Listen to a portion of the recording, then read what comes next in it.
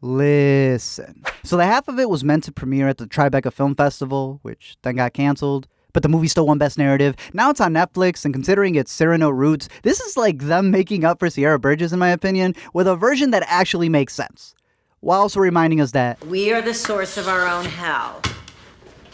Let me explain. So director Alice Wu actually has her master's in computer science, but then she quit her job at Microsoft to go make movies and ended up with a really good one that made it to Sundance. This time around, she took her own backstory and fleshed it out for a coming-of-age dramedy that I personally would give a junior prize to. Hell, maybe even a combo, so full spoilers ahead. We follow Ellie, who writes papers for her classmates and has that Aldi double guarantee. It's an A, or you don't pay. I love how even the teachers don't care, because then they'd have to read the real stuff from the students. It kind of reminds me when I used to sell chocolates in high school for my own fundraisers. Man, I even had the teachers lining up. Like, they did not care if it wasn't World's Finest. My 50 cents instead of $1 sounded fine to them. This guy, Paul, then follows after her and pitches her. He wants her to write him a letter to give to the girl of her dreams, even though she's already with another dude. Paul Munsky, second string tight end. Football. I'm not good with words. You don't say with your Madden stats. Love makes you screwy. Don't you get screwy? No. Nah, homie, it sounds like yours were already loose. He's that tall, puppy-like kid in your class who you know means well, but he's just goofing off all the time. This man searched up the definition of plagiarize in order to accuse her of it. His family's kind of homophobic, even though they deal with sausages all day. And even in real life, my man's a little goofy. He drinks so many milkshakes. I just remember looking at him, and there was just, like, nothing in the eyes. And I was like, Daniel, are you okay? And he was like, can we have a bucket on standby? I think I did drink 10 or 12 milkshakes. But hey, not all heroes wear capes. Chugga chugga choo choo! Hey! Who are you calling choo choo? What kind of wuss to say dumb shit and then drive away? Ellie takes the offer because she needs the money, and she starts a relationship with this girl, Aster, as they write back and forth, and Ellie starts learning about herself. If I knew what love was, I would quote myself. And so we have our three main leads. But I think where it's very similar is my dad and I did not develop a relationship with words so much. A lot of times the way we would connect is we would just sit there and we would eat food and watch something together. But where, again, we're very similar is like neither of my parents, and I think this is very common in Chinese culture and probably in other Asian American cultures, or Asian cultures, we don't say the words I love you between parent and child. That in Mandarin would be more reserved for like a lover, right? What we do is we just do things for each other. Aster's the daughter of the local pastor who's just pale and pretty enough to fit in. Mi amor. Siéntate bien, por favor. Oh, you know it's serious when it's in Spanish. Her boyfriend is the jock of the town, but is only interested in the dimple things. It's always about him, and considering his family owns the town, she starts to get noticed by the mean girls, even though it's the mean girls that make fun of her for not owning her own house. Hers doesn't even own their house. Ellie then has to teach this man how to talk, like literally how to talk. I love her, and I can't even... Conversation is like ping pong. I hit one, and then you... What the? But considering Ellie's never been kissed, she's taking notes too. How do you know she wants to be kissed? She gives you a look. A look? Yeah, like,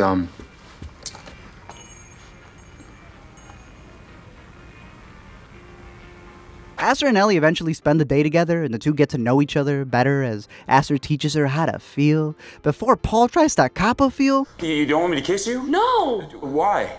Is there someone else? Boy! I really like the animated intro on the Greek mythos to other halves. It brings about a mirror motif that we see throughout the entire film. Ellie even lives in the attic while Paul lives in the basement. They try to meet in the middle. Like we do create our own hell because of our inability to figure out how to connect with each other. We see that in the play that keeps getting passed around throughout the movie, which pretty much claims that hell is other people. Amen. And it goes with Wu's statement that we tend to cry more about breakups with people that we've known for, probably weeks, maybe months, and not broken friendships. The difference between a good painting and a great painting is typically 5 strokes, and they are usually the 5 boldest strokes in the painting. Now, I read a lot of publications that come from adults that are upset that teens didn't go full, blue is the warmest color, but I personally appreciate the maturity to tackle stuff like religion and race, the way they flipped the ending, because it actually focused on real intimacy and not what studios deem as intimate. You like Aster? It's a sin. You're going to hell. boy, fooling around with two is a sin too. Ellie doesn't believe in the church, but the church believes in her. You're his favorite heathen.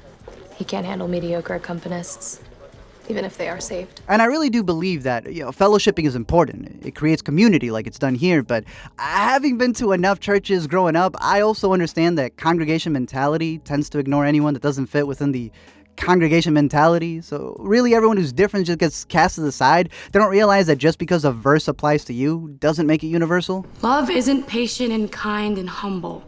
Love is